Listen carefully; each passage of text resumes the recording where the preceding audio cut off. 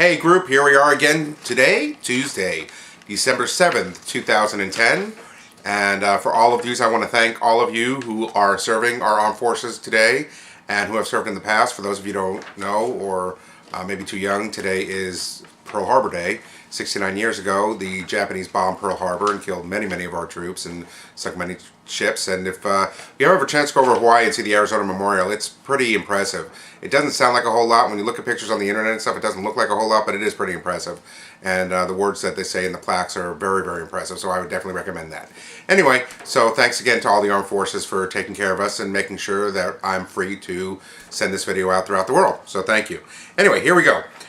Google Open Online Bookstore, and I have a video explaining exactly what that is. But basically, it is the same thing as the Amazon Online Bookstore and the Apple iTunes Online Bookstore. It's just another bookstore for publishers to put their stuff on, to publish their books and to sell their books. And the Google's saying they have about 200,000 books that you can buy and close to 3 million books that are free. It will work with any of the current mobile wireless tablets, tabs, smartphones, PCs, laptops, stuff like that. They are already working on apps for the Apple products, the iPod, the iPad, and the iPhone, and also the Android. There's already apps out for that, so you can obviously put the app on your phone and go directly to it. Or I did put a link to the Google eBooks on the site, as I do for all the time, to put the link on there. It looks like there's also an opportunity for those of you who do have websites, and I'm going to look into it also, of putting it on your website, and if people buy the books through your website, you actually get some revenue from it. So it looks like, again, something that's been waiting for a while, been out. Check the article, check the video. I think you'll find it very fascinating. Next, Verizon giving you 24 days of surprises, and this is pretty cool. I just kind of ran into this. I didn't know this was going on. But on the Verizon website, and of course I do have a link for that, you can go directly to the Verizon website, and every day this month, up until December, they are offering specials. And like the one yesterday was $30 off one of the Blackberries. They are going to be offering accessory specials, other phone specials, things like that. So you can bookmark the page, check it every day, and see what specials there if you're a Verizon customer looking for Verizon stuff. And hopefully that'll get something to you for a good deal. So check it out. Next, first impressions of gingerbread. And this is something that came up. And basically they're talking about how the gingerbread that's been rolled out so far. Now this is not talking about the one that's going to be in the Nexus S on the 16th, but the gingerbread that was rolled out, the Froyo, which is the Android 2.3, is basically a test version or a developer's version. The version they had put out there doesn't even include the Gmail, the YouTube, or the Android market. So right now, the review on it is not great because there's not a whole lot to it. It's not a whole lot different than the Froyo, but they're hopefully saying that when the full version comes out, it is going to be pretty amazing. And of course, it is supposed to be still much faster. Now, people talking about the Nexus S, and I've gotten a couple of comments back saying that they're a little disappointed about the fact that they didn't put the bigger processor on, the 1.2 gigahertz processor, and I tend to agree.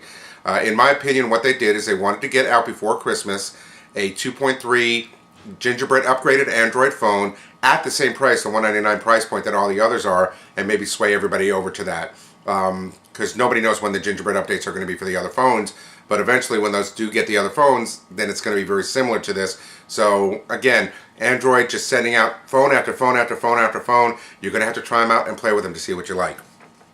Next, AT&T finishes last in customer satisfaction, and this is the annual Consumer Reports.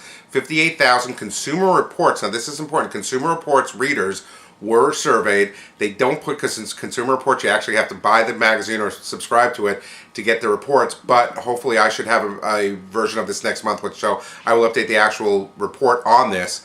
But they are saying that AT&T took last in all but one category, which was texting, and there they were second to last. So although AT&T claims that they're upgrading stuff, now again, remember, these are just Consumer Report readers, but it was 58,000 people, so that is a significant test market.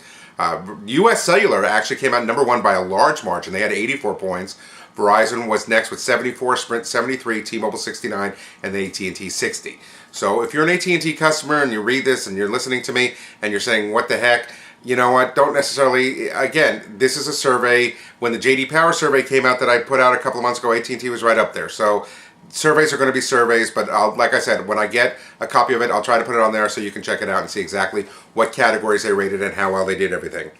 Under categories, under Android, Galaxy S, and Sprint, no Froyo for the Epic 4G yet, and that's true. There was a test version, which is the DK28, which was kind of released or found on the internet this weekend, but is not the actual version, which is the DI18, which is going to be the active version for this. So if you downloaded the DK28, they're really recommending that you take that download out, because that was basically a test build for developers. And if enough people download that, just like they did when the Evo 4G first had their upgrade put out there, and same kind of thing, and a bunch of people downloaded it, and what it actually did was caused a backload for the one that was supposed to go out next, and it caused a delay in getting out the actual update. I know that sounds a little confusing, but if you check out the article, you understand what I'm talking about. And when it is actually rolled out, you will get notification on your phone to go in and download. And I noticed the camera is going in and out of color. I do apologize for that. I'm having a problem with the camera. I am trying to get that fixed. Next, under Android, Verizon, and Google, Motorola Droid gets an update.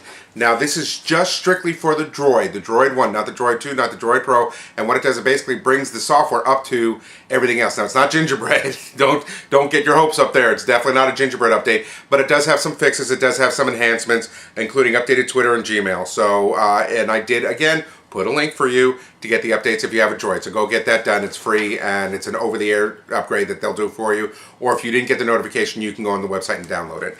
And lastly, Sprint. Sprint to start phasing out Nextel in 2013. And I just put this on there to give you an idea. It's kind of a technical article, but for those of you who do have Nextel and use the iDen Nextel version, by the end of 2013, it's pretty much going to be gone. So basically, Nextel, the iDen system, is going to be gone by 2013. So you want to think about now, if you're in contract, obviously, if you have a contract now, you'll be out then. But on your next contract update, you might want to switch over out of the Nextel phone, the strictly Nextel phone, and either go to a Sprint or a different company.